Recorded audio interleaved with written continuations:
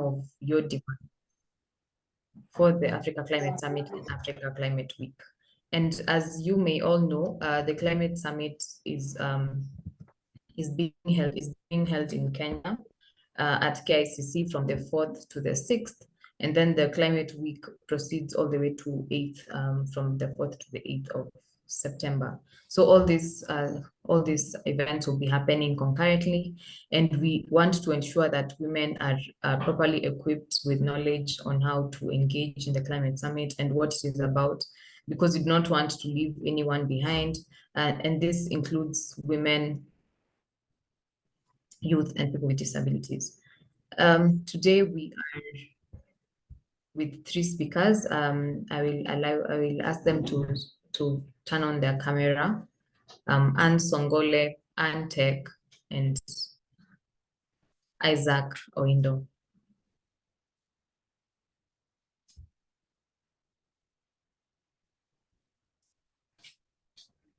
And please introduce yourself in the chat.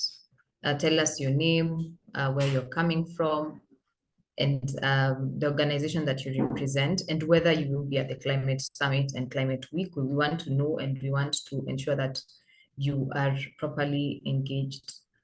We are also on Twitter. Please live tweet, ensure that you're tweeting, tag at Crown Trust Kenya, and the hashtag for this campaign. This is like, we are starting a campaign to ensure that, to ensure the meaningful engagement of women, youth, people with disabilities, indigenous communities, all marginalized communities are well informed. The hashtag for today is ACS for marginalized and ACS for women. I will leave that, I will type that in the chat. I will type the hashtag in the chat so that you can, when you're live tweeting, ensure that you include this hashtag and you're tagging these organizations and the people who are speaking today. Our speakers for today, I can see that they've turned on their camera. Thank you so much for accepting to be part of this discussion. Yes, and I do not want to introduce them for, I don't introduce them on their behalf. I will let them introduce themselves. And Anne Songole is our moderator for today. She's the moderator and also a panelist, so she will also be engaging in this discussion. Anne Tech is the national coordinator for Kenya Platform of Climate Governance, and Anne Songole is the senior energy and climate advisor at Christian Aid, while Isaac Oindo is the program officer for gender and climate at YWCA Kenya office. Yes, I'll hand over to Anne so I can take over the program. Thank you so much for joining today, and feel free to engage in the chat, ask your questions, and we'll be sure to answer them. Thank you. Over to you, Anne. Thank you so very much, Cindy. Thank you to Crown Trust for convening us. I think this is a very important event, and apologies to everyone because we've started a few minutes, a number of minutes late, but we thank you all for joining us. Requesting anyone who has their mic on to put it off. Requesting anyone who has their mic on to put it off. So that we can begin. So as Cindy mentioned, Cindy, thank you for convening us.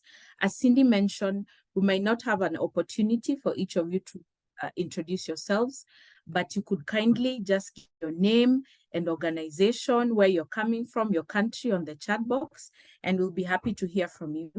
We'll also have a session towards the end of this program where we'll also be listening to what you have to say. We thank you all and we look forward to you engaging. And so, you know what, we just want to begin with the Africa Climate Summit. And we know that this is the first time that you're having an event such as this.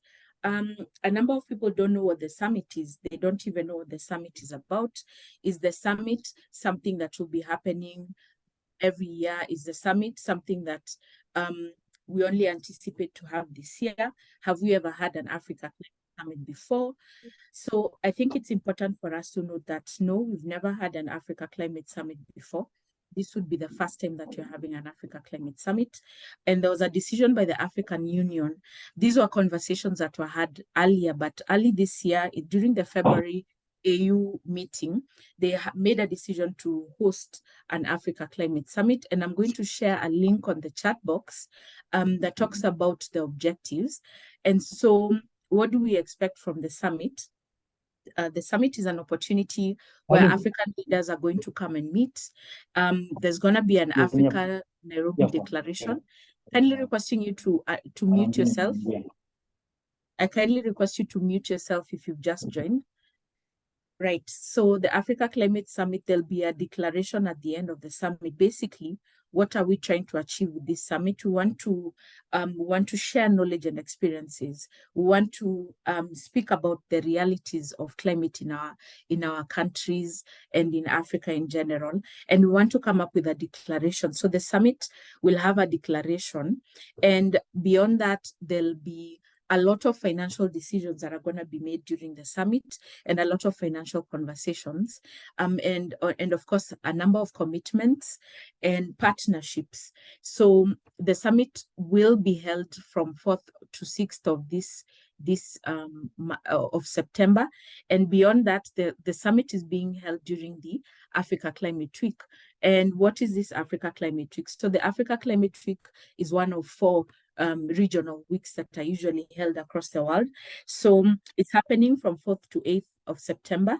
And it will be held, of course, as was mentioned earlier, it will be held at the convention center in Nairobi CBD, that is in Kenya. There are other climate weeks that are held in Middle East and North Africa, Latin America, and the Caribbean, and Asia Pacific. And basically, these are important. The weeks are very important because they bring climate stakeholders together, and there are spaces for a number of communities to engage on, for instance, implementation of NDCs.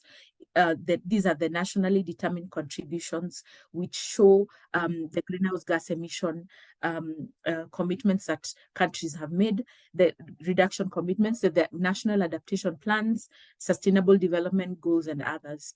And so without further ado, I'll hand it over to the panelists. And other than introducing themselves, the panelists will also share, they will just share some of their experiences, and we'll start with Anne. Thank you so much, Anne Songole, and also Cindy and Isaac. First, I think Cindy and also the participants that are here today, thanks for joining this forum. My name is Antek, as introduced. I'm the National Coordinator for the Kenya Platform for Climate Governance under the Pan-African Climate Justice Alliance. I think Cindy asked if I've already registered. I have registered for the 2 events, the week and the summit, and will be participating as an individual, but also as an organization. But allow me, Anne, to just mention about why really we are talking about the women, the marginalized, and the need to have our voices heard during the African Climate Summit and the African Climate Week. And I think the video has already been shared about really what women go through. And not only women, we are now talking about women, we are looking at the people living with disability, we are looking at girls, I mean, all the vulnerable groups that are affected during this climate crisis. So I would start by saying, I mean, and this is very common with most of us, that Africa, though we contribute the least in terms of emission of the greenhouse gas, we're talking about 4%. We are, we are actually affected the most. And looking at these groups, they're affected the most because one, we rely heavily on on natural resources for our economies. Remember, these countries are the ones who, when disasters strike, they take time, or it's hard for them to adjust. We are talking about, these developed countries. I mean, we've really been talking about how they can then come in supporting the African and especially the marginalized groups. But why the marginalized group? And I think also back to the video, in Africa, we rely most on rain-fed agriculture. At least 80% of Africans rely on rain-fed agriculture, which is affected mostly by climate crisis. And when we have climate change and disasters such as drought, floods, when we're having hurricanes, these are the groups that are affected most. We are looking at, these groups not having access to, medical support, food, water, and specifically on women. These are the groups that are relied on when it comes to food, when it comes to fuel, when it comes to water. So as we go to these discussions, what is our position in terms of looking at these special groups? But let me talk about also when these disasters strike. There are issues of gender-based violence, early marriages. There are issues of sexual abuse to these groups. When it comes to even mobility, information, and representation, these are the groups that are most affected. So, and that's why we are having this discussion today, so that we are able to contribute to the position for the special groups. Thank you, Anne, and over to you. Thank you so much. A lot of important aspects have been mentioned by Anne, and I'll hand it over to Isaac to just delve a bit more on the marginalized groups. Who are these? And just to tell us more about himself as well. Thank you, Anne, and everyone for joining in. My name is Isaac Waindo. I work with YWCA, Young Women Christian Association of Kenya, as the program officer in charge of climate change and gender. Basically, that in a nutshell is who I am. And I'm really excited to diverge into the discussion of the day around what the marginalized communities, the women are expecting out of the Africa Climate Week. But as Anna has rightly put it, why is it that we talk about the marginalized, and why do we refer to them as marginalized? So basically, climate action or climate change is basically an issue that is now being talked over the world. And basically, when you're looking at the vulnerability aspect of the people to the climate change, we look at the likely way they could be affected to climate change and their kind of adaptive capacity and also the resilience. So I would want to look at different constituencies that we do say are vulnerable. One are the children. How well can they cope with the aspect of climate change when they're affected? So that amounts to their vulnerability. But again, I would want also to talk about the youth. Why do we say that youths are vulnerable to climate change, and this makes them marginalized in one way or the other? So Africa youth population is definitely growing from the data that you can always interact with, and is expected by projection to reach over 30 million by 2050. This is according to Africa Development Bank. So when you consider that kind of population, then you think of Africa as a continent with a youthful population that could highly be affected by climate change due to, first of all, poverty, but at the same time, how well the youths are equipped with the knowledge to adapt to the effects of climate change.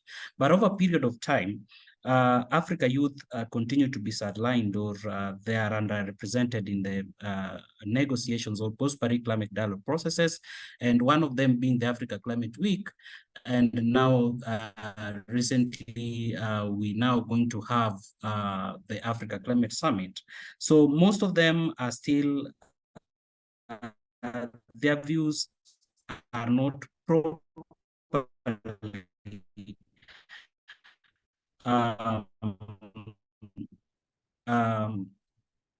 taken and around the issues of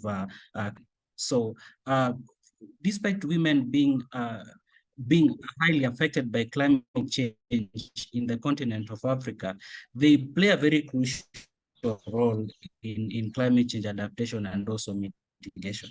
So women have the knowledge, environmental conditions, but also they also can come up with practical solutions. But they're still largely untapped resources within the women. And also we have issues to do with restricted land rights. We have the issues to do with lack of access to financial resources. Training still has not been done to the level that our women could pick and also adapt to the effects of climate change. There is the issues of technology, limited access to political decision-making spheres. Often we find that prevent them from playing a full role in tackling. They are marginalized and they fall under the category of the PWDs, people with disabilities. When a climate change strike, there are different forms of disabilities that we have amongst us, and basically they are somehow disadvantaged based on that fact, and this makes them marginalized. And therefore, when we are talking about climate change, then we have to be categorical with the constituency of the people that we work with, or the people that we interact with, in a bid to try to build their coping capabilities when it comes to climate change. So consequently, the participation of this particular group of people, the indigenous groups, have been given some priority in the UNFCCC processes, but still we say they are limited by the fact that still our climate change arena doesn't look at those constituencies as people who should be the forefront of advocating for climate action. So in alluding to this, I would want maybe to, as we discuss forward, we are going to go specific to some of these indigenous people. I would want to talk about also those who live in the ASA regions, the arid and semi-arid lands. The advantages and disadvantages that they have based on the regions where they are coming from, they marginalized based on the fact that there are far regions in terms of population, they are not, we frequently talk about as marginalized people. I've talked about women, I've talked about youth, I've talked about persons with disability, I've talked about children, and also the indigenous people like the Ogiek and also the Kayas who are also living in the forest. Back to you, Anne. Okay, thank you so much. A lot, you've touched on quite a bit. So just also thanking everyone who's putting their names on the chat box. I want to all remind you that Cindy has also shared that the hashtag for this event is hashtag ACS for women. 4 is 4, the number 4. Continue to introduce yourselves and also tweet and tag. So I just want to to share that it's important what has been mentioned. Historically marginalized groups. We've talked about climate justice, vulnerability, and the fact that this is a threat multiplier. We've talked about representation and inclusion. We've talked about these groups having solutions and actually being the initial adopters of a lot of technologies. And I think we've talked about structural issues during the climate crisis, before, after, and the like. And so I think from our panelists, we appreciate what you've mentioned, and we'd like to know, one of the other things we'd like to know now related to the Africa Climate Summit is, have you then engaged some of these groups? Have you engaged the marginalized groups, the historically marginalized, the geographically marginalized? And what kind of consultations have you had with these groups on the Africa Climate Summit? We'll start with you, Anne. Yeah, thank you so much, Anne. As PACHA and as the Kenya Platform for Climate Governance, we've not just started putting these groups together. We started before, and even immediately after COP27, we've been engaging these groups through our different programs. We are now having a program supported by the Dutch government on movement building, which has actually helped us mobilize as many community groups as possible. like in Kenya, we have different groups within 7 regions. So within the groups, they have special groups. They have youth forums. They have the marginalized and indigenous group forums who are able to identify their issues and put them together and present to the national forum. But let me talk specifically on our agenda towards SCS and SCW. What we've done as PACJA, we have an non-state actors forum where we've been meeting. The non-state actors forum has different sectors. We have people, one of the sectors is now the one for women, youth, and the marginalized groups. And they've been able to identify the issues they want to be presented during SCW. So the forum has actually managed to engage the government of Kenya, has managed to engage the AU presidency, and also has managed to engage different actors and present their position. I know some of you are aware about the petition that PACJA has put out there. And one of the issues that have been raised are issues on marginalized, which I'll present later. But yes, and we've already engaged these groups, and I know some of our partners are in this call. Thank you, and over to you, Anne. Okay, thank you so much, Anne, and thank you for those commendable efforts. Isaac, I want to come to you with the same questions. Please put your video on. If not, just go ahead and unmute. Thank you. I hope you can hear me. I dropped, I think, because of the network. Sorry. Today the network is a bit shaky. Just direct to the question that you've asked. Currently, YWCA, Young Women Christian Association of Kenya, is implementing a project that is purely based on the involvement of the marginalized communities, youth, and also the persons with disabilities on post-Paris climate dialogue processes. Under this project, funded by HIVOS, under the VCA program, we have made deliberate efforts to work with this particular constituency of people, groups, to harness their voices in different actions. And I'm going to mention some of those actions that we've done together with them as a build-up to Africa Climate Week and moving forward to the Conference of Parties 28. So these we've done with partnership with different organizations. I've said our project is funded by HIVOS under the VCA program. But we've been working together with First Kenya, Friedrich Herbert Stiftung, and also Dorcas Aid to consolidate some of these constituencies across the country, and also to bring them on different key elements. One, we worked with them to input onto the proposed climate change amendments, the principle guiding the documents of the climate change action in Kenya. We also provided onto the Kenya climate change action plans, the vulnerability impact assessment across the different counties, and also providing input and feedback for active participation of the youth, and also that particular constituency with the co-presidency, and also the engagement under MOFA. So with this, we have supported awareness creation among the youth, women, also the indigenous people on key environmental days, and also the moments that they can actually harness.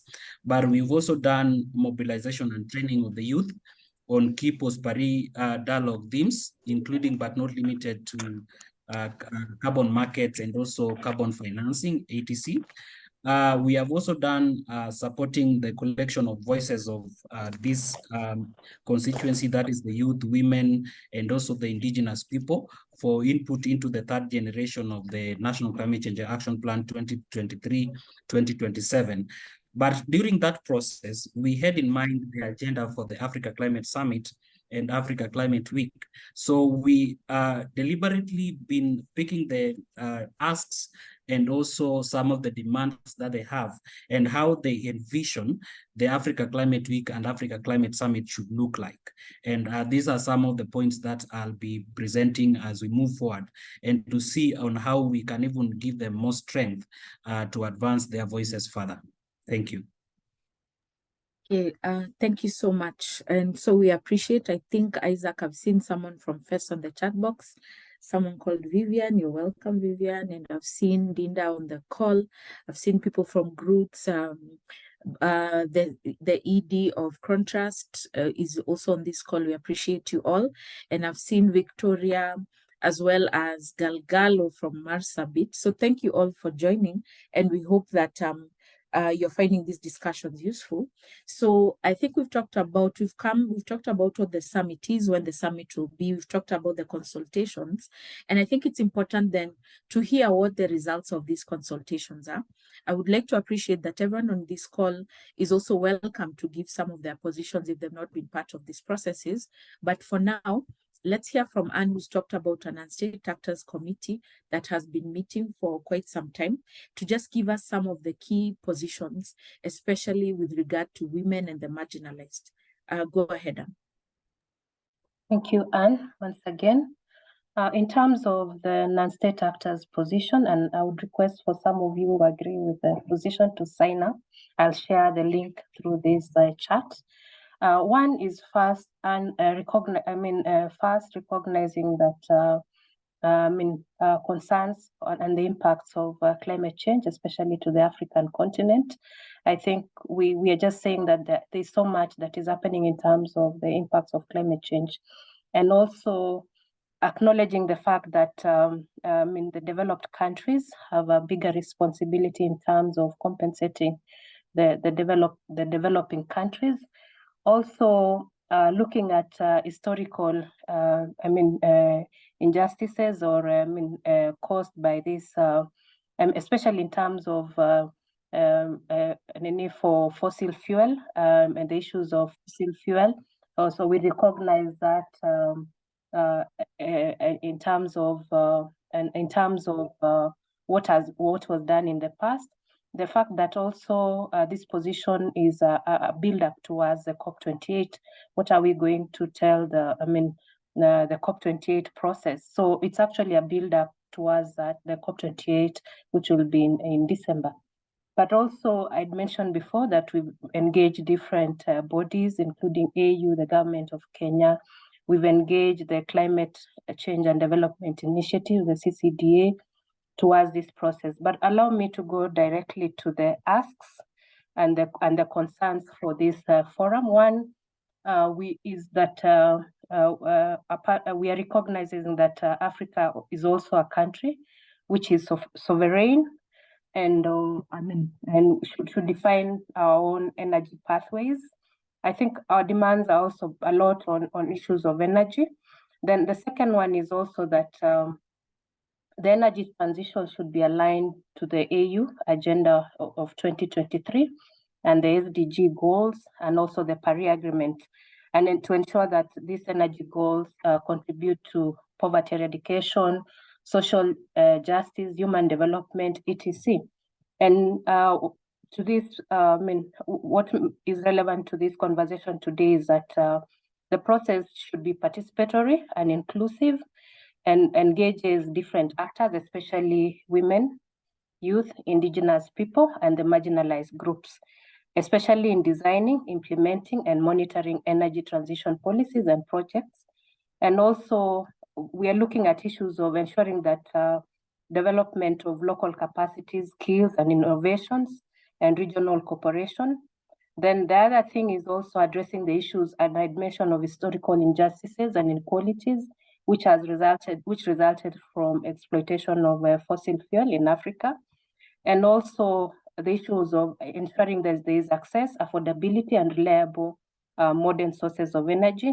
And lastly, strengthening the governance, transparency, and accountability mechanism at all levels, and ensuring evidence-based decision-making, especially on issues of human rights and the marginalized groups. So in summary, Anne, that is what the position of non-state actors. Okay, thank you. Just to recognize, additionally, we have Florence Gishoya on the call. We have Pascal Chesach, appreciating you all. I've also seen your colleagues from Isaac from the YWCA. We appreciate you all and thank you for joining the call. Leonida, I can also see you there. You're most welcome. So Anna has talked about the energy transition. She's also talked about local capacity, historical injustices, and governance, transparency, and evidence-based decision-making. And of course, these are important as some of the asks, and will also be sharing on the chat box. She'll be sharing a letter which she has requested you to all sign if you feel like these are some of the inputs that are important or political positions. And so, Isaac, what are some of these positions that you've gained from the consultations? Thank you, Anne. The two Annes, so Anne Songole and also Anne Tech, for the good presentation. Basically, the issues across seems to be the same. Of course, we work with the same people, we interact with the same people, but I'd summarized some of these issues that we consolidated into 5-pointer kind of presentation. And as we were interacting with these indigenous and marginalized people, there were a lot of discussions that were coming around the aspect of Africa Climate Week, spring folding, the issues of adaptations that are more geared towards the local communities.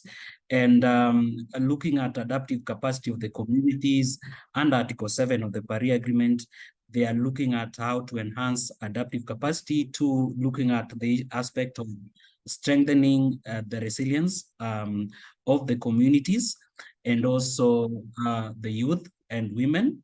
And also the aspect that came out so strongly was on the reduction of vulnerability that is currently presenting itself amongst themselves. The second one was on the their expectation that Africa Climate Week will pronounce itself clearly on the issues of loss and damage. They really appreciated the fact that Africa Climate Week and Africa Climate Summit is trying to come up with alternative climate financing. But are we trying to say that loss and damage is now under the bridge? Are we not now focusing on the facility to look at the losses and the damages which has been caused in our communities? So the question is that, what about the losses that they're experiencing? And I think this came out so strong in the northeastern region. The farmers who actually lost a lot of their cattle. Last year, remember the menace that faced them last year, and that is a key question that they are asking the Africa Climate Summit and Africa Climate Week to pronounce themselves profoundly on. The third issue was on the representation. And representation in this case, we are talking about, can the Africa Climate Week and Africa Climate Summit create a space where they can receive the voices of the indigenous people? Where can their voices be heard during the summit? Can their voices be heard during the Africa Climate Week? Okay, and so the examples that were being given, we now have the Lake Turkana wind. We have the Northern Ridgeland Trust lands that actually, those are projects which are, which I could say from the perspective of a climate scientist, those are carbon market projects, but the communities are the center of those particular projects. So representations when it comes to the exploitation of the resources that they have within their communities, but at the same time, looking at how they could give input, how they could give input in some of those projects when it comes to the design, and also fostering benefit sharing strategies for those particular projects. The fourth one is on, sorry, just a minute. Yes, the fourth one is on indigenous knowledge. And I think this one also came out so strongly. indigenous knowledge in climate action? Are they going to harness and put in action the indigenous knowledge? Because I realize there are a lot of richness in information amongst the people on the aspect of pest control, but also living in harmony with the forest. We talk about the Ogieks. These are key indigenous people in our country. How are we going to create that harmony that has ever been there, and ensuring that climate action doesn't forget the knowledge, the rich knowledge that we already have amongst ourselves? And we will all agree that climate action or climate change is not a rocket science. It's how the community defines it and how they forge a way of adapting or mitigating climate change. So this is really a focused discussion that came out, especially with Jumia County, Pwani, the Ogieks also, and also the Kayas, who are actually doing much of their activities around the forest. The fifth one, and as I finalized, was on climate finance, which was strongly coming out across all the regions that we interacted with. They are specific, they are actually calling for a specific finance, which is tailored for indigenous community climate action. So the questions which were coming out is, one, what do they need? And if what they need can't be addressed by the climate finance, so it required that they require a patient climate finance system. And when I talk about patient finance climate system, is that system that takes into consideration the knowledge gap that they are having and takes them step by step until they access that climate finance. But they are also talking about efficient climate finance, a climate finance that is going to address their needs as it comes. And they also called for a system that is managed locally when it comes to climate finance, managed locally by them and by their people. And with that, I think it will address the issues which are actually coming out of the community. So, and our consultation was so broad, and it's with the people at the grassroots. And those are the 5 key pointer issues that came out. And these are their expectation. I believe if Africa Climate Summit and Africa Climate Week can address these issues, then indigenous people and marginalized people will be so happy.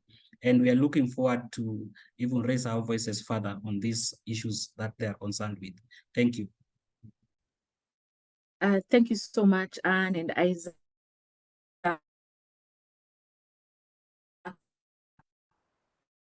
You know, these are important, Isaac. So one of the things that's important to note from what Isaac has mentioned, the 5 thematic areas, and I'm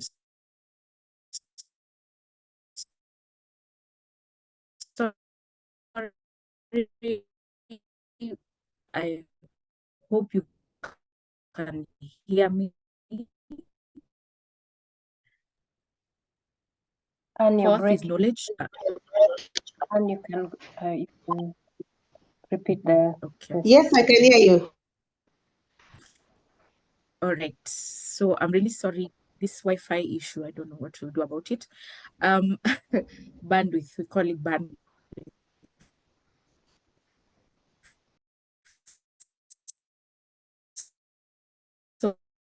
So I'm sorry, let me just, the second is loss and damage. The third is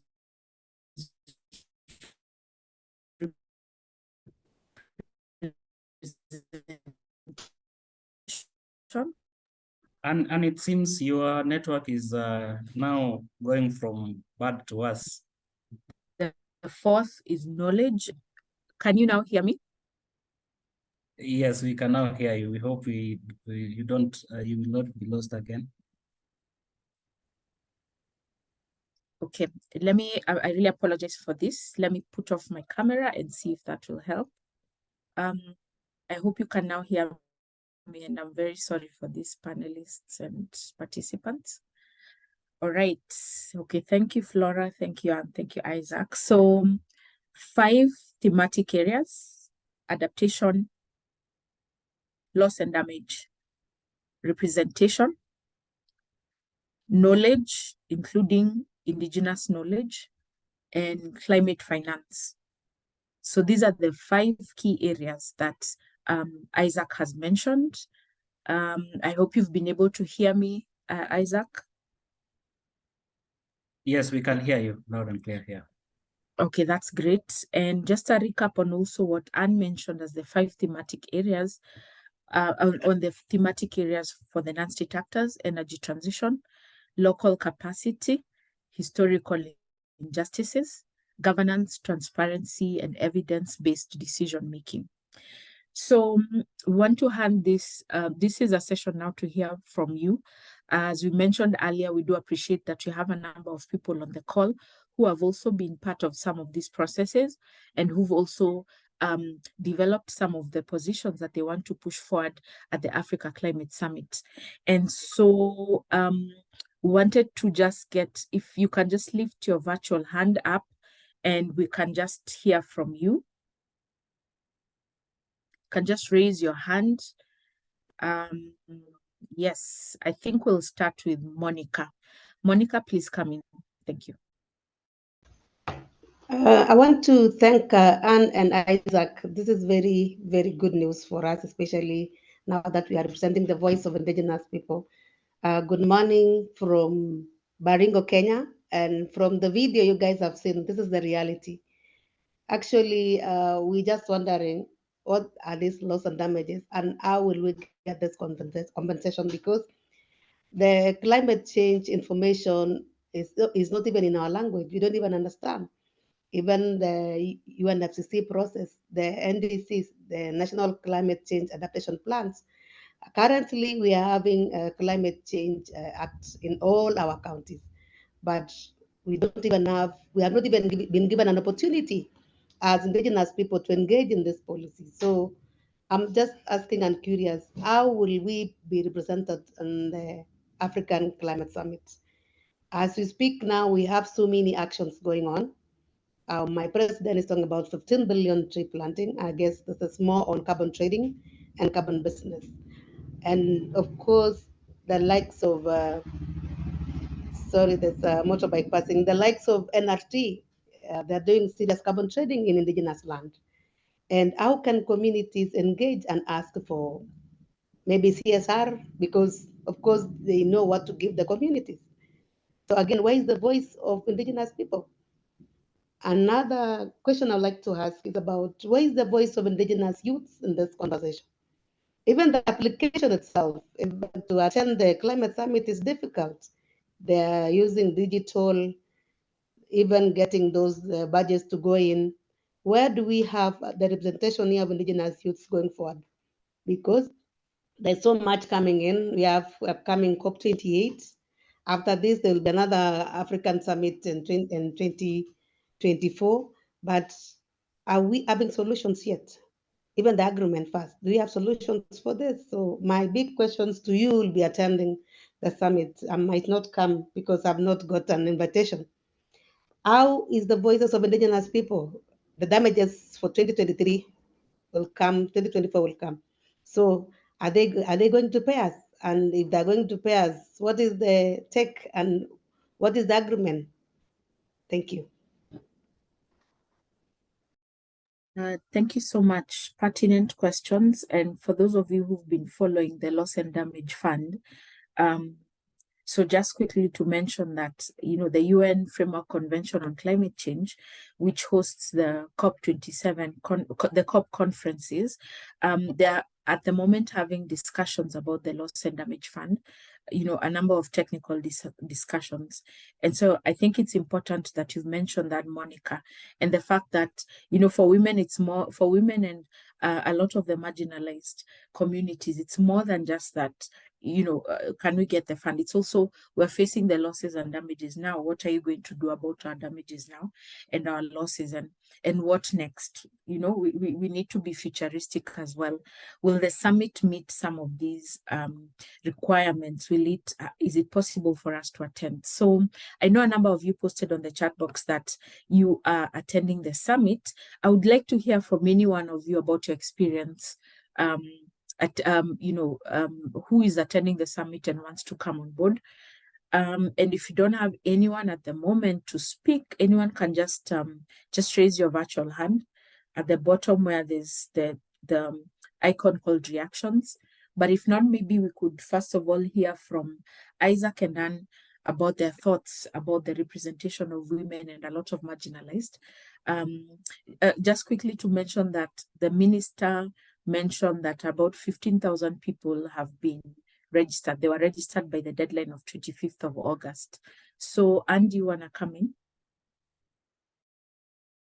Yeah, thanks, Monica, for raising those concerns, which are very valid.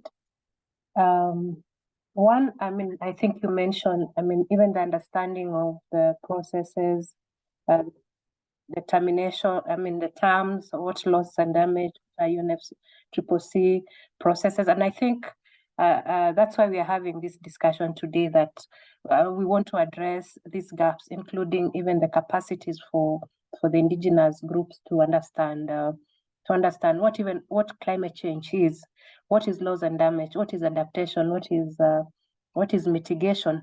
So I think, and as we move forward, is just to, and even as we develop this position, is I mean, to have a clear agenda or a clear position that this marginalized group one needs capacity to understand the climate change agenda. I mean, globally and even regionally, and even within the country. I agree with you on that, Monica. But also in terms of participation at the local level, I know Kenya is one of the African countries which has progressively made progressive efforts towards climate change policies and frameworks. I know we are one of the countries with the first climate change policy, which is the Climate Change Act of 2016. And in that act, Monica, I know there's in the council, there's representation of the indigenous groups, which I think is a plus to the climate change agenda and to the marginalized groups. I know the recent amendments also propose the representation of youth, which is also a good thing. But let's talk about at the local level and how these groups can participate. If you look at the climate change acts within the county governments, Monica, you can see that there are different committees at the county, looking at the planning committee, the steering committee at the county level, but we also have the ward committees. And in the country, we have almost 1,500 wards. And in these wards, I know there are representation of youth and women. And I think that is an opportunity for these groups to start conversation or to engage in those conversations. So, and we can have, I know most of our groups within your region are already represented. So Monica, I think for us is to take advantage of that window to actually, convey the position of these marginalized groups. And also, let me mention about the initiatives such as the 15 billion tree campaign. I know, this is also a window of participating in the locally led actions. This is a mitigation action. So, for us is to get the information and also that window to participate in these processes. But in terms of participation in the SEW, I know most of our partners within PACJ and KPCG are participating and will be supporting some of them, including New Monica. So I saw you in the list. So be prepared to be part of this conference. Thank you, Anne, and over to you. Okay, thank you so much. I think we'll need to touch also on the political process. What will this particular conference lead to? But before we do that, Isaac, do you want to come in on what Monica mentioned? Anna's addressed that adequately, but I will just add one aspect. When it comes to representation, that's something that I mentioned, which is still very critical.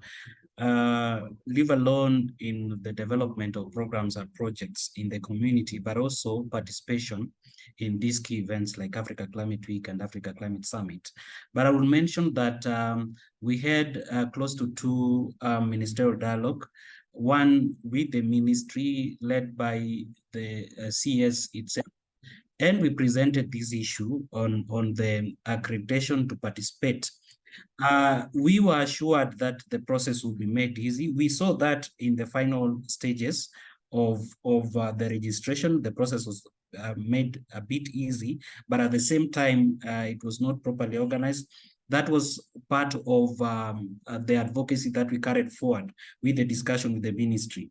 At the same time, on the participation of the COP, as I mentioned, we had a meeting with the COP president designate, specifically on the participation. And we are yet to see this materializing, but he assured us of opening the doors for participation for indigenous people, the youth, and also the marginalized communities. So we are looking forward to a different COP that is more open to participation by the indigenous people, but also the people with disabilities. And those are some of the steps that we have taken. On the participation to the Africa Climate Week and Africa Climate Summit, I know accreditation is not just enough.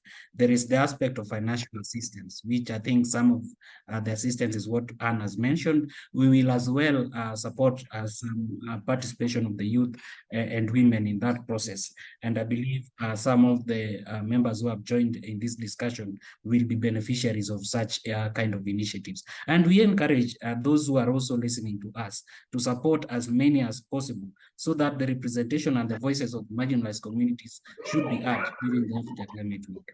Thank you. Thank you very much, Isaac. Thank you also, Anne. I think there's someone who needs to mute themselves. There's a bit of noise in the background. All right, just appreciating a number.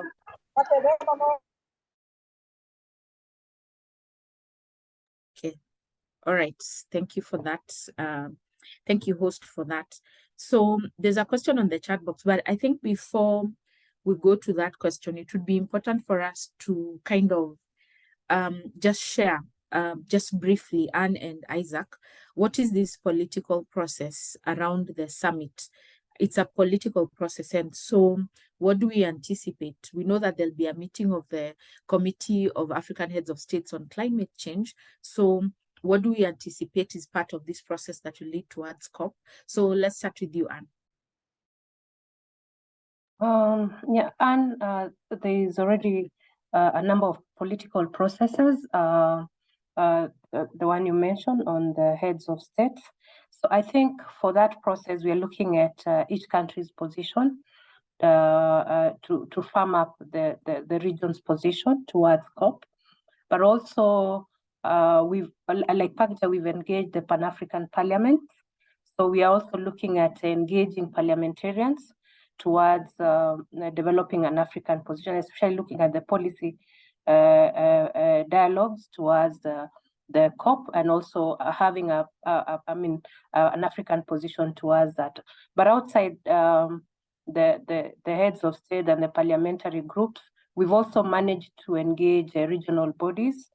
I'd mentioned the AU. We've worked a lot with the AU to also have an African position on that.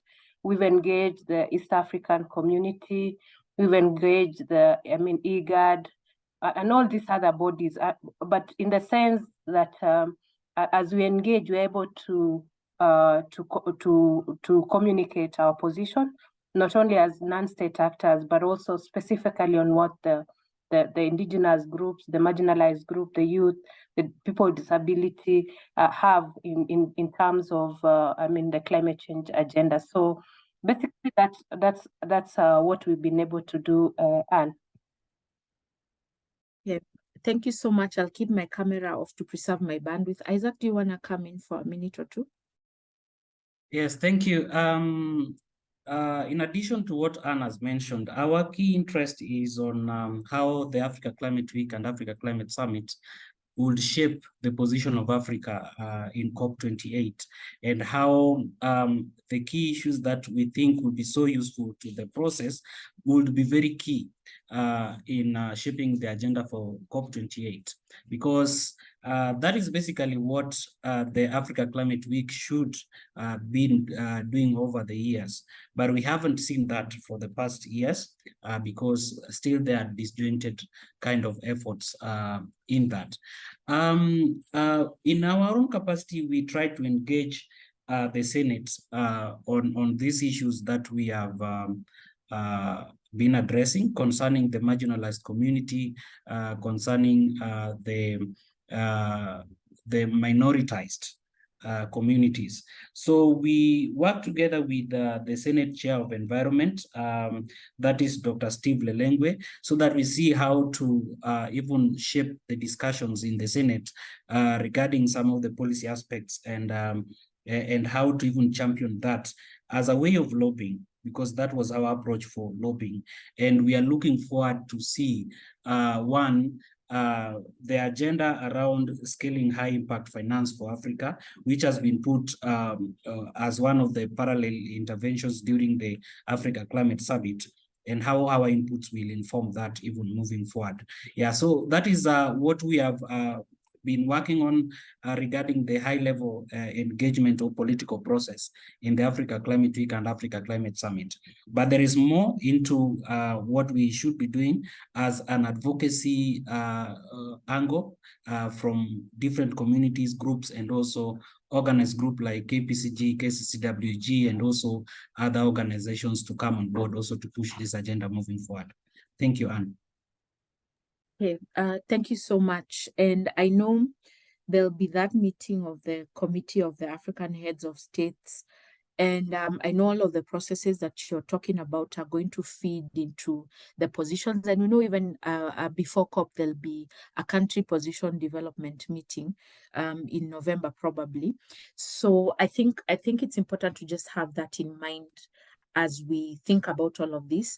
And one of the things I wanted to mention, that there's been a lot of political unrest among civil society because there was a feeling of corporate capture around the Africa Climate Summit, but there since been the inclusion of the adaptation and loss and damage agenda, because how can you have an Africa Climate Summit without adaptation and loss and damage? So it's also to appreciate the efforts that you've put in place, because these are some of the things that have led to these positive outcomes. And so there's a question on the chat box, and Stephen, I've seen your hand. I'll come to you. I'll also come to Collins and in a few minutes. So there are 3 questions, and I think we'll hear the questions first before coming to you panelists. So Leonida, thank you. Her question to the panelists, it's what's your take on false solutions to address the climate crisis, particularly by transnational corporations? So let's think about some of the key areas of within this particular summit. I want to mention them. So the summit, on the website, you can see there's climate financing, there's green growth agenda, there's climate action and economic development, there's global capital optimization. And if you look around the summit, 4th, 5th, and 6th, you'll see there's climate and mobility, there's water investments, is food, there are all of these things, critical minerals and trade, livable cities. So this would just be a question to the panelists. And Stephen, could you just come in with your question, please?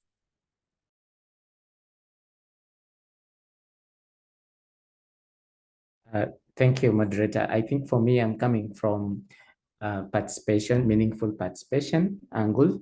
Yes, hearing from the discussions, but also around communication around COP 2028. Already quotas have been determined, and more or less they're the same like last year. So how can we use the summit to even just push for numbers and also try to increase space for meaningful participation? Remember, if we are to benefit from COP 2028, it's about numbers. You will see from the Western or the global North that for them, they come to these events with numbers that are able to vote, with people who are good rapport to us, with expertise, to able to bargain and negotiate. How are we prepared as Africa, and even just locally as East Africa, or even just Kenya, to push for numbers and quotas during this summit? Okay, thank you very much. Okay, so before we go to any other, let's hear from the panelists on those two questions. Gladys will maybe let's hear from Gladys first. Gladys, just come in, then the panelists will take the three questions. Please come in, Gladys.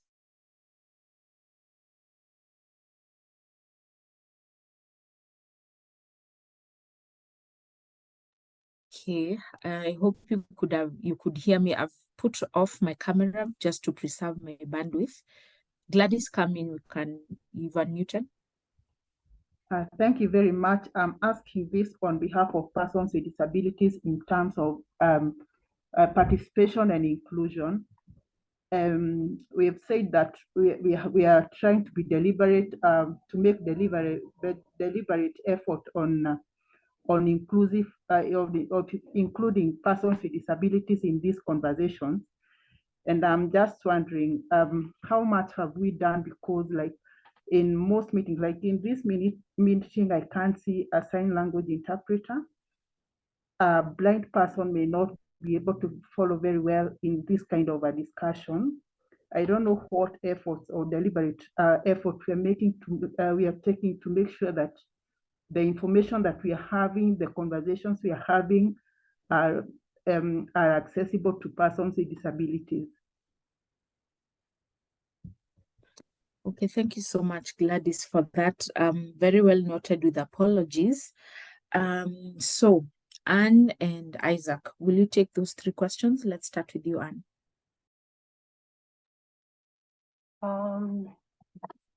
Let me start with Gladys, and I think Isaac can come to add more on that. But I agree with you that there's need to, ensure that there's accessibility for people living with disability.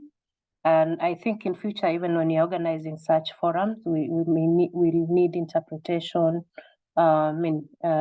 issues of voice and all that, Gladys. So, and I had Isaac mention about what they've been doing to ensure that we have as many people with disability attend these summits.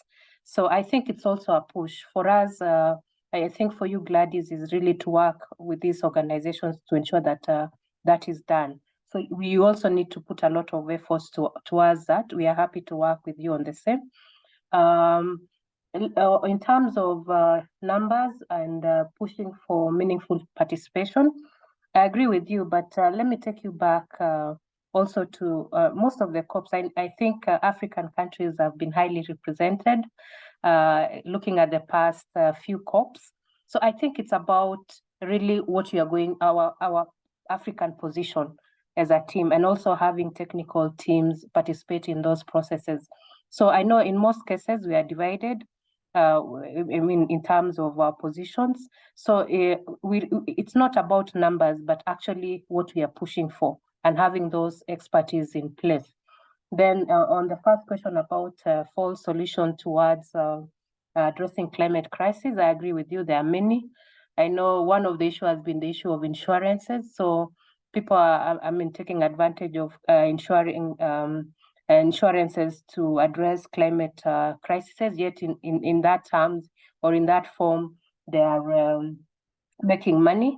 We are looking at even clean energy solutions. I know the cost of solar solution, the cost of renewable energy solution, wind or any other energy is very expensive. So people are already making money from these technologies. The other thing is, I know the issues of loss and damage is still a conversation that was not comfortable with many, but I'm happy we were able to push for that conversation, and we are now having the loss and damage fund. Then lastly, I know Monica mentioned about carbon markets, which is still a very interesting conversation to have, because as advocates, we are saying we prioritize adaptation, but carbon markets is still a mitigation conversation. So there's that balance between do developed countries want to just address climate crisis using carbon markets? So there's need to have a balance of those. Thank you, Anne. Okay, thank you so much, Anne. Isaac? Thank you, Anne, for that. Basically, most of the questions were like throwing the spanner into the works on how involvement can be enhanced and active meaningful participation. So I've picked on the aspect of the PWD's involvements. I agree that is one area that we need to pull up our socks, even in the engagements and meetings that we have, just to ensure that PWDs are at the center of the conversations, because they are in a great way affected by climate change. On the false solution, of course, we need to raise our voice on that. That is one aspect that of course, our role as civil society organizations and also the non-governmental organizations, we need to play a key role in providing solutions which can work for our people. I know there has been discussions around carbon markets, but we have a whole session on carbon markets in the Global South. That is on, it should be on 5th in room Abadea's room from 12 p.m. to 1:30 p.m. For those who will be participating at the Africa Climate Summit and Africa Climate Week, I would encourage that we participate in this and just get the discussions around carbon markets and whether it really works for us. I believe there is a lot discussions and negotiations which are still going on around Africa's expanding its role in voluntary carbon markets. Let's see what can really work for our people. I believe on meaningful participation, I think there's a gentleman who mentioned on the aspect of the quotas being given on the participation of COP. I really echo your words. Still, there is a gap, but then I think the process of engagement in the COP has been a bit open this year. So we still need to push so much for the opportunities even to participate. But at the same time, not just maybe attending COP, how open will be the negotiation room for indigenous people, the marginalized communities, just to tap in and also give their valuable inputs on those aspects. I know it's a party-driven process, but still we are the people, I mean, those are our representatives. So really taking keen aspect in those negotiations, opening those negotiation room for participation of the marginalized communities will be very important and will be very key to ensure that we have a successful COP28. So those are the aspects that I wanted to just add on top of what Antec has given and the feedback that we have received from also the participants. Yeah, thank you. Back to you, Anne.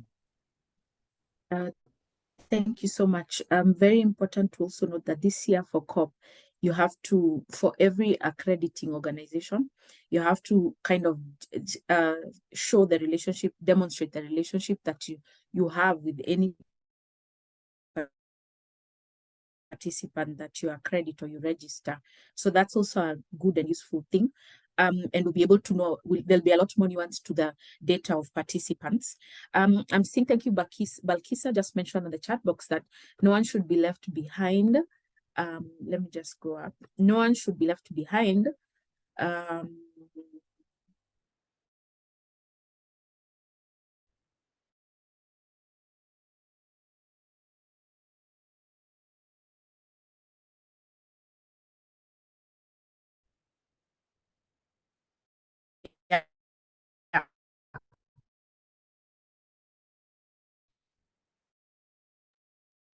And it seems we lost you. So I just want to request still one.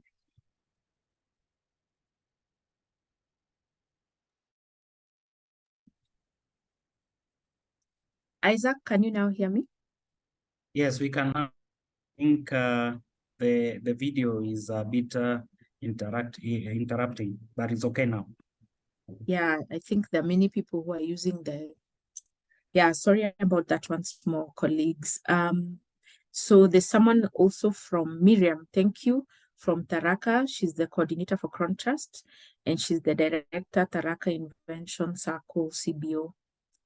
So she's talking about skills and all of that. Okay, I think that's an introduction to herself. Okay, So I don't know. I just wanted to come to Collins. I know Collins has been following a lot aspects of climate finance. And one of the key things that we are thinking around this panel would be how can communities access this climate finance?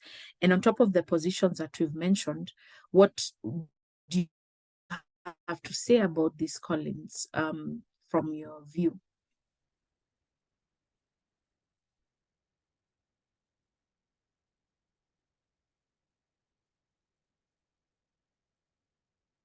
Is Collins with us? Has he dropped? I haven't dropped. I'm around. Yeah, it seems like the host had muted everyone, so I needed to wait to be unmuted. Well, I can share a few of my thoughts in regards to indigenous communities accessing climate finance. Apologies, I might be having some bit of echo and also some bit of network issues, but I hope you can hear me. So some of the few things that probably I can think of in terms of indigenous communities access to climate finance. Of course, all of us do agree that access to climate finance is increasingly diminishing amongst indigenous communities. And I think one of the probable COPs, that is Conference of Parties, that saw a lot of commitments, especially from foundations to indigenous communities, climate action was COP26. If you check around, there are multiple amounts of money that were committed by philanthropists and individual contributors to climate action amongst the indigenous communities, but probably the figures are not translated on ground as they are on paper. So we do agree with the idea that access to climate finance amongst indigenous people is something less researched and actually very least talked or very least accomplished. One of the things that probably comes to mind when you talk about climate finance and indigenous people is twofold. Let's look at it from the aspect of what does the communities or indigenous communities, what do they need to have to access climate finance? Or what are some of the barriers, so to speak, that hinder indigenous communities from accessing climate finance? For me, it's more of number one would be the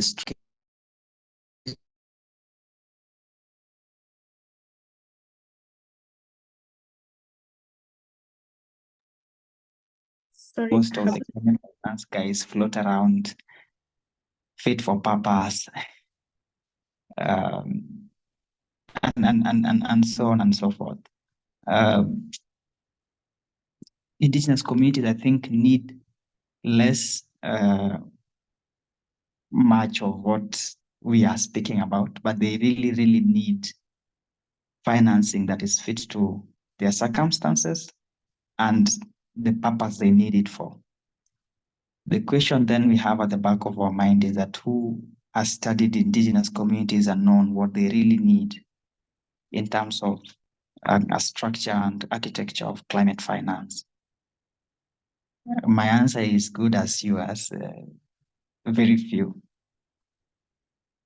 Indigenous communities, I think, also need very patient kind of finance that they can easily be able to test, try, and see some benefits, learn from it, to be able to model other ways of working. But you and I know that mostly the finances that we have are very aggressive in terms of nature. And so this is financing, and I had Anne talk about issues regarding carbon markets, issues regarding alternative ways of mobilizing finance. But these particular finances, if you asked me, vis-a-vis the indigenous communities, then it becomes a little bit of a challenge to them to be able to access, or rather even try their necks out there to get into this entire discussions. So that is all to do with structure and architecture. But the other thing that indigenous communities, probably given their numbers, suffer from is governance and representation.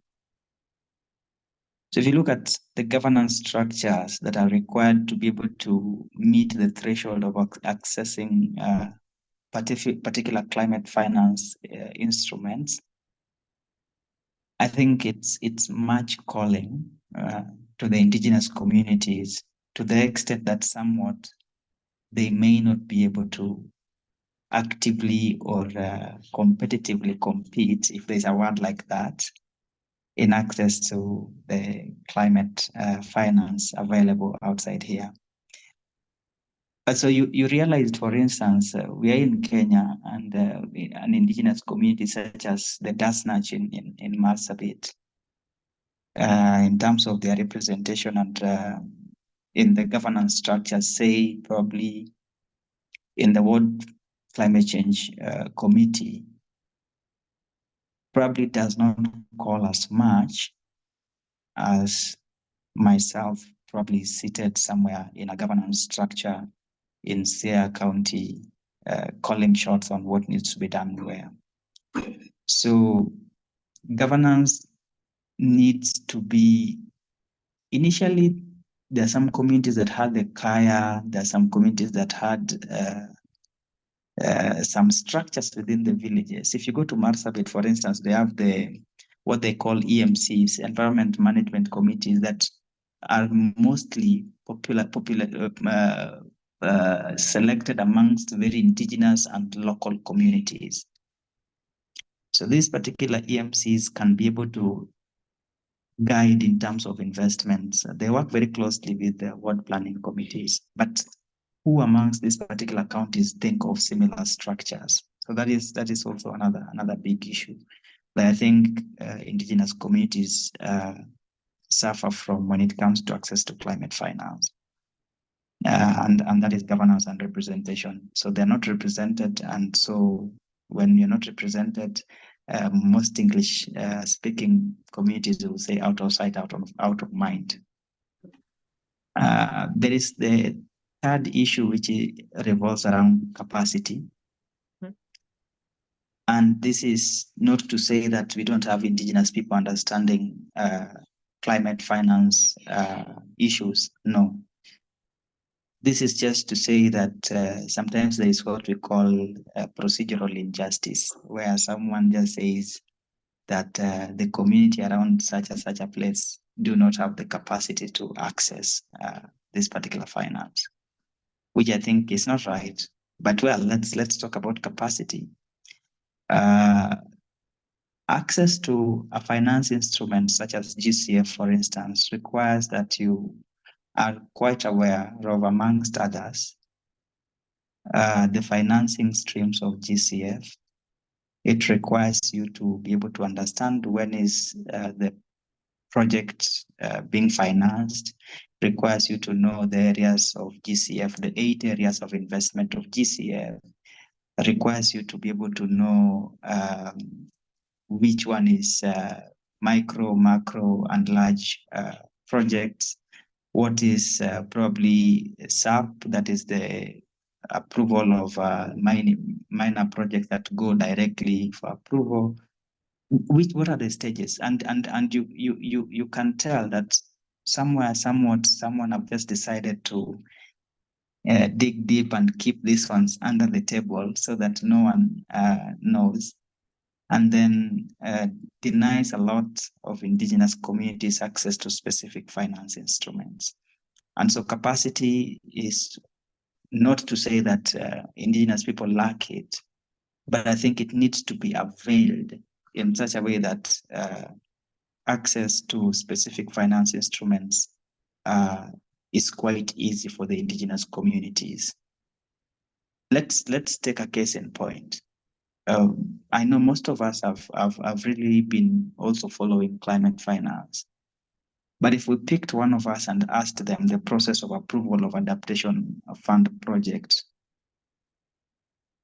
with adaptation finance, I don't know how many would probably be quick to give us the steps that are followed to approve adaptation financed projects or adaptation financed projects. So those are a few 3 key elements that I can easily tell quickly in terms of the challenges that Indigenous people face as far as access to climate finance is concerned. So just to pick them again. So we have the issue of structure and architecture of finances. We have the issue of governance and representation, and then we have the issue of capacity. So the structure and architecture has a lot of layers. It has issues to do with fit for purpose. What are the purposes and what is fit for Indigenous people? What kind of policies are around that particular area that Indigenous people can enable Indigenous people to access climate finance, such kind of things. So structure and architecture has a lot of layers, and then we have governance and capacity.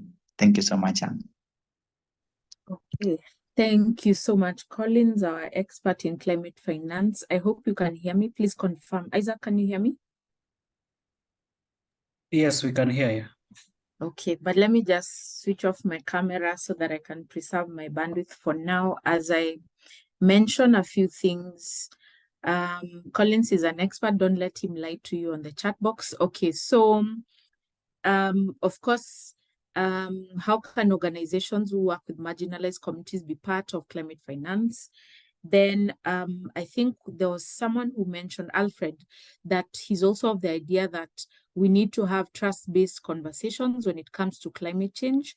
Youth need to be meaningfully engaged, and there needs to be skills and green job discussions, and this should not affect the climate change adaptation agenda.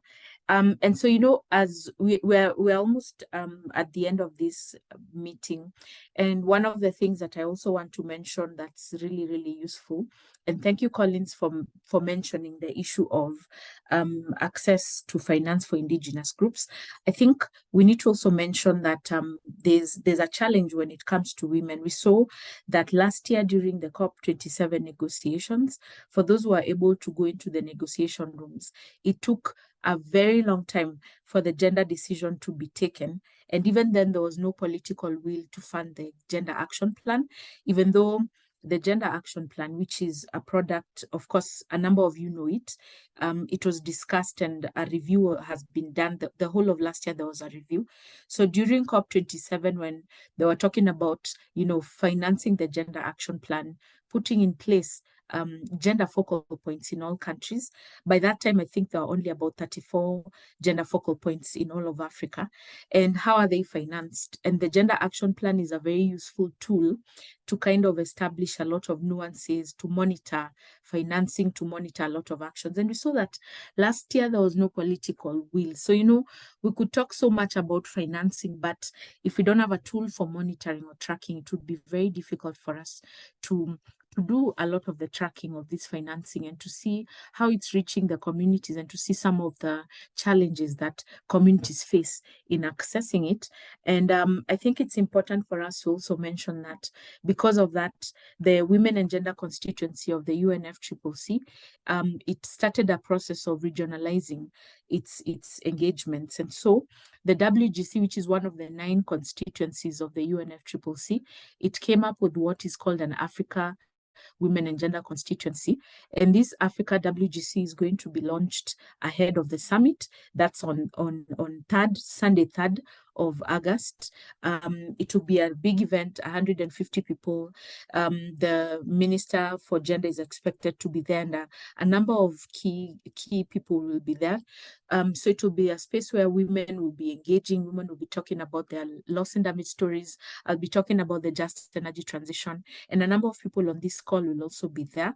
And so I just wanted to mention that also one of the things that we did note as the Africa WGC is that the representation of women in the Africa Climate Summit, including in the open plenary, it was not as good as it could be. Of course, we know these are things that we always talk about. And so we also advocated for, more women to be part of the plenary, to engage, just to fit within that representation.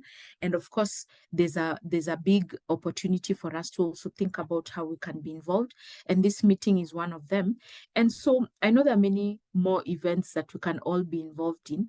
And I'd like to invite Anne to just tell us the entire week of the summit. What are their plans? What kind of side events do they have starting from this week? Over to you, Anne. Yeah, thank you so much, Anne. And I'll quickly share what we are planning. We're already having pre-SCS SCW meetings as we speak, but specifically on let me just get the. So we do have events that are open for public on the Kenyan Pavilion during the African Climate Summit on 7th and 8th. One event is on climate justice movement building and how it affects implementation of locally led actions. We have an event on agriculture and the role of communities in terms of climate crisis. But let me go specifically to the other events which we are having with our regional forums. Just a minute so that I get the dates right. So one of the events that we have is we have just 1 minute so that I get the dates right. Sorry, thank you. We are having an event on parliamentarians, the African Parliamentarians Dialogue on August 31st to 1st of September. Then we have another event on CCTA, the Climate Change and Development Initiatives, on September 1st to 3rd. We also have a pre-event of non-state actors, a non-state actors dialogue on SCS and SCW. This is in preparation for COP28. So the positions we've been developing with non-state actors, we are going to farm them during the sidelines of the summit and the week. We also have, and I think most of you have been invited to the national conference on financing locally led actions, which we are working closely with the National Treasury and FLOCA. Now we are going to share experiences on the FLOCA program, the World Bank funded program for county governments and national government. That will be on 5th of September. We also have a youth march for the youth who wish to participate on the 5th, the same day as the locally led action conference. We have our youth march, which we are going to present the position of the youth to the summit and to the year. Then we have another event for also African and state actors dialogue with the executive for the Green Climate Fund. That will be on 2nd. We also have a side event on the health and climate change on 5th at KICC as well. Then lastly, we have the launch of COP28 campaign on the 7th as well. So I'll just drop my email for those who wish to participate in this event. Then we, especially for the closed one, we can consider, some of you wish, especially those who are in Nairobi and wish to participate in this event. Thank you, Anne. Okay, thank you so much. So many events. I want for people to know, is it possible for them to attend? What will be possible? What will not be possible? I mentioned for the closed events, I'll drop my email so that we see who we can invite. We have at least 2 events which we especially for the Nairobi participants, but we have an open event on the 7th and 8th at the Kenya House at KICC, which we shall be presenting. But for the youth march, also for those who wish to participate, let me know. I'll just drop my email on the chat box. All right, thank you, Anne. You've seen all events will be circulated on email. That's what Cindy has mentioned. Alfred saying great progress. Thanks for sharing on tech, and please share events on the chat box. People's summits All right, climate change is important, but we need transparency and justice. Count me in, Flora. And Tech, I hope you're taking note of that. All right, so Isaac, do you want to come in with the events that you have ahead of and during the summit? Thank you, Anne. For us, it's a process. As I've mentioned, it's kind of a mainstream process looking at the participation. So we have an active engagement with the youth in the Youth Assembly, just to stamp the position of the youths on that. But our main focus is on the post-Africa Climate Summit, just to dig into what was successful among the positions that we presented, how have they been integrated in during the process of Africa Climate Week and Africa Climate Summit. And thereafter, we shall forge an advocacy strategy just to ensure that the marginalized voices are even heard ahead of the COP28. So those are the aspects that we are planning. But we are having outside the Africa Climate Week a parallel event for the youth, where we shall be engaging the youth on the involvement in the process of the Africa Climate Week. But we also have, in partnership with other partners, in partnership with the partners under the VCA, Voices of Just Climate Action on adaptation, especially with Adaptation Consortium, and also we have another event with Africa Youth for Nature, also during the Africa Climate Summit. All the events are open, and I shall be sharing also my email in the chat box so that we can involve as many as possible. Thank you. Okay, thank you. Just so that I quickly come in before handing this over to Cindy. So at Christian Aid, definitely we also are working with a number of faith actors. We are working with ACT Alliance, who have a faith actors meeting on 4th and 5th, and the meeting is on adaptation. We're also working with the All Africa Conference of Churches, and they have a meeting together with the Lutheran World Federation, and this will be held on 4th and 5th. Then I know Green Faith, together with Tia Fund and a number of actors, will also have a breakfast meeting, and this will be on Tuesday the 5th, where there'll be a statement by faith-based organizations, and this statement will be now on some of the key areas we're looking at, but already I've mentioned that adaptation is a key area, and of course loss and damage will also be talking about just transition. And there are a number of events that have been planned by the Women and Gender constituency. I'm going to share a lot of them with Cindy so that she can share with all of you. The Africa Climate Summit is not necessarily open, which is a bit strange. So on the first day, you won't have opening, you won't be not all of us will be able to attend the plenary. So we'll attend what we want, what we can attend. But one major thing to look out for will be on Wednesday, which is when the ministerial declaration, the Nairobi declaration, which we talked about, that will be a very important declaration for all of us to follow and to see whether it really resonates with us. And I think there's still a bit of opportunity to work with a number of the actors who are, who will be attending the summit, to just make sure that the issues reflect some of the important positions that we have. I just want to really reiterate the positions that were mentioned earlier. For PACJA, the positions are on energy transition, local capacity, historical injustices, governance, transparency, and evidence-based decision-making. And Anne did share a letter for you to just acquaint yourself with some of the issues that have been coming up, including issues of corporate capture and, lack of representation within the Africa Climate Summit. And of course, Isaac mentioned the key areas, the key issues. And I don't know, Isaac, if you have any documentation on this. This is adaptation for local communities. It's loss and damage, it's representation, it's knowledge, including indigenous knowledge, and it's also climate finance.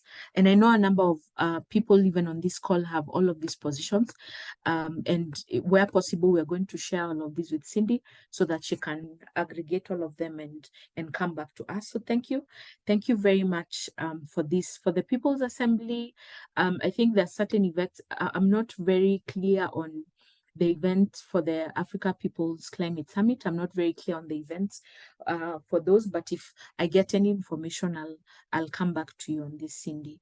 And so want to thank you. Let me just try and put on my camera for a few minutes so that you can say thank you and ask the panelists if they have any final word that they want to give before we hand this over to Cindy to tell us about the events and the way forward.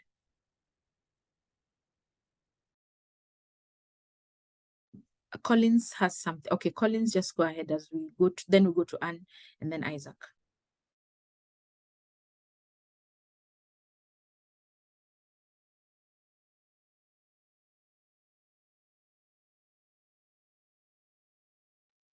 Okay, Collins, I think there's a problem there. Was your hand up?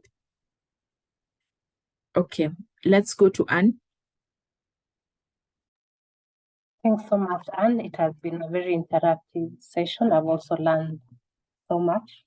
I just want to say that as we go to the summit and the week, and even towards COP, and as we address the climate crises, I want to just put a word, and I think this has been said over and over, that as women, as youth, as marginalized group, let's not play the victim, and let's just take action.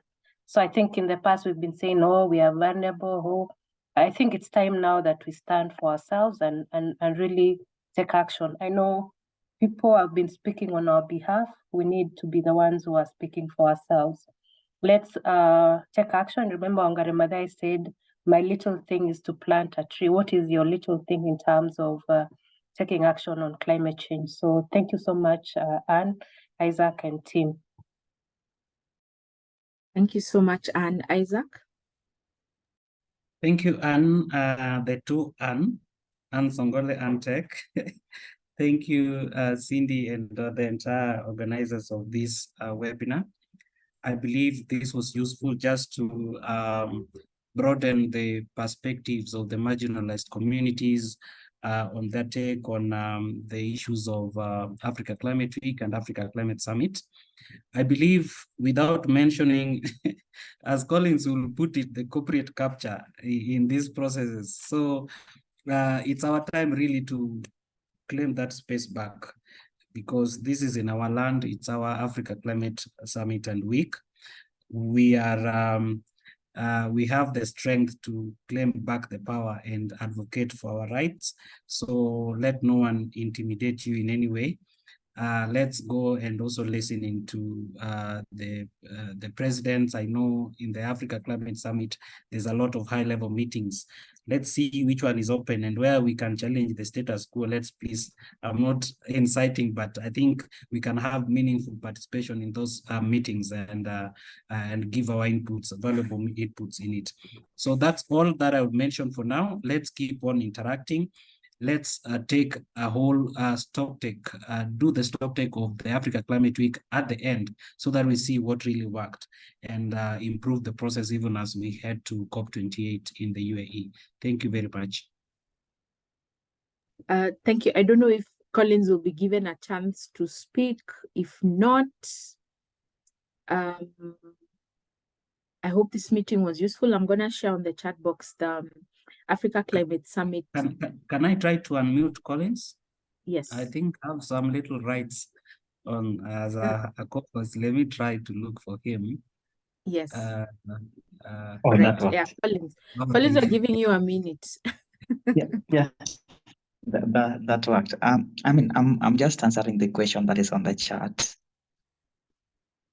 which someone asks, how can we be able to partake on access to climate finance? And so it's just like any other marathon, but the only difference is that while people prepare for marathons on boots and running on highlands, for climate finance, it's more of the readiness phase where you need to work on your policies, your legal instruments, your institutional frameworks, and by that I mean the national and county structures. You have to incline all this to the national priorities, and the national priorities are enshrined in the national determined contributions. So in a nutshell, it's just creating an enabling environment for investment for climate action, be it by the private sector or non-state actors. The answer should be from your side. So when you have your house in order, then the visitors can always come to dine with you. Thank you. Thank you so much, Collins, our expert. If you have anything that you want to put, we appreciate all of you, Faith, Miriam, Monica, and you've been thanked by Balkisa. Thank you, Job. Thank you, Victoria. Victoria is saying we're requesting that you also allow us to mobilize more women who couldn't register for accreditation for the summit, especially from informal settlements. Cindy has shared a chat. So I want to now hand this over to Contrast. We appreciate you. We thank you for bringing us together. I know there are many more things that you're going to do, including on the climate amendment, the new act. We need a lot more on the water bill, the Water Act in Kenya. I think there's so much more to do. But for now, thank you so much. Over to you, Cindy. Thank you so much.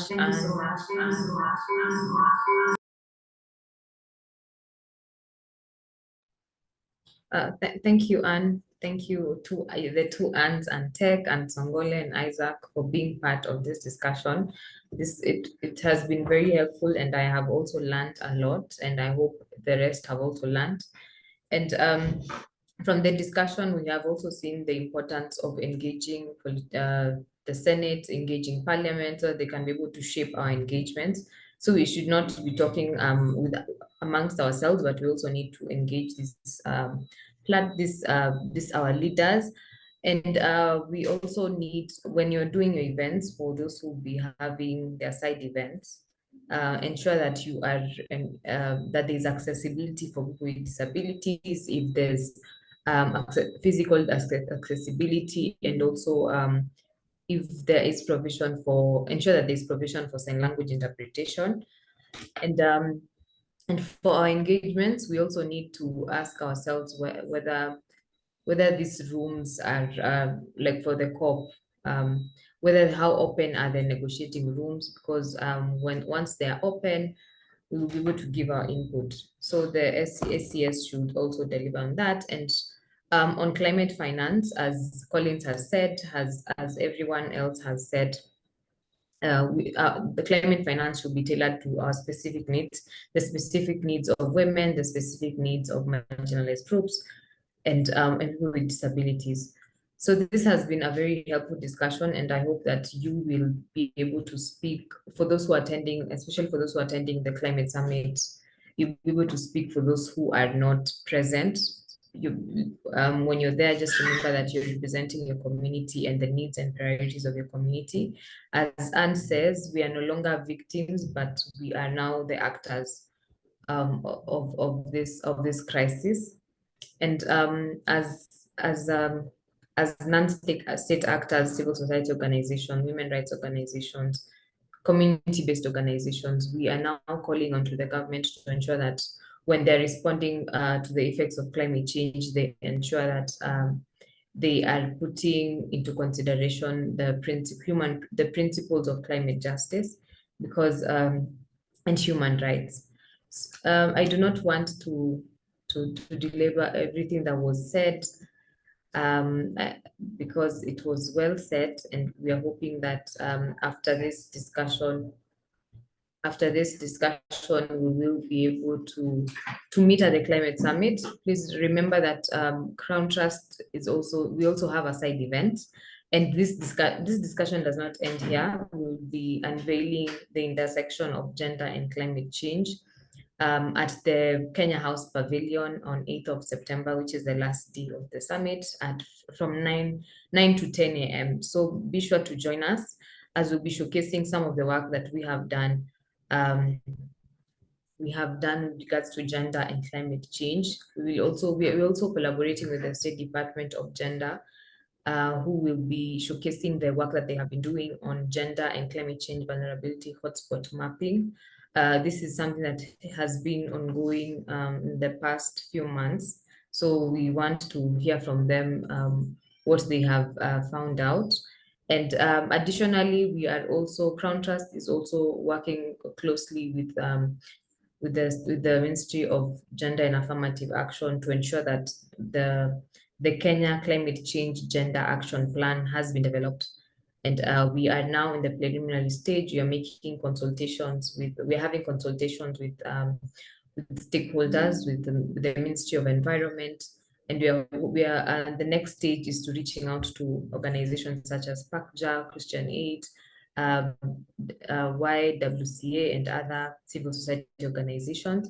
And we hope that you will take part and join us in ensuring that Kenya has a gender climate change action plan. I'd also like to thank our funders, Akina Mama Africa, under the Voices for Just Climate Action Alliance.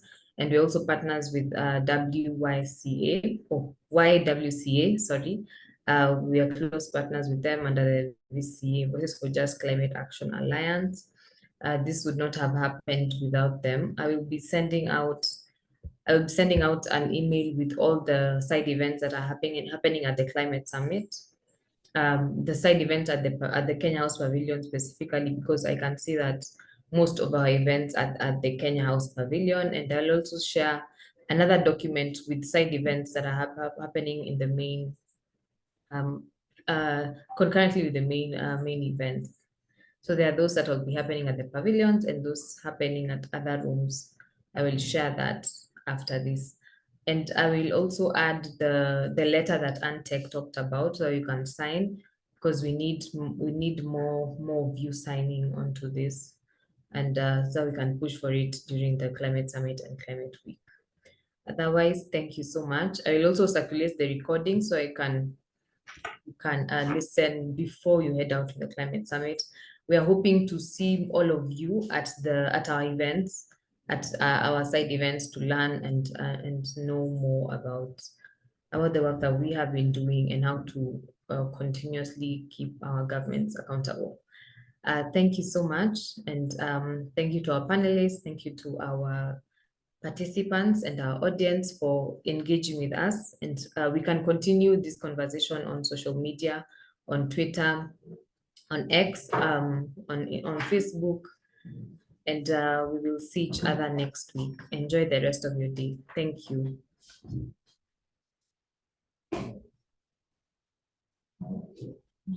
Thank you.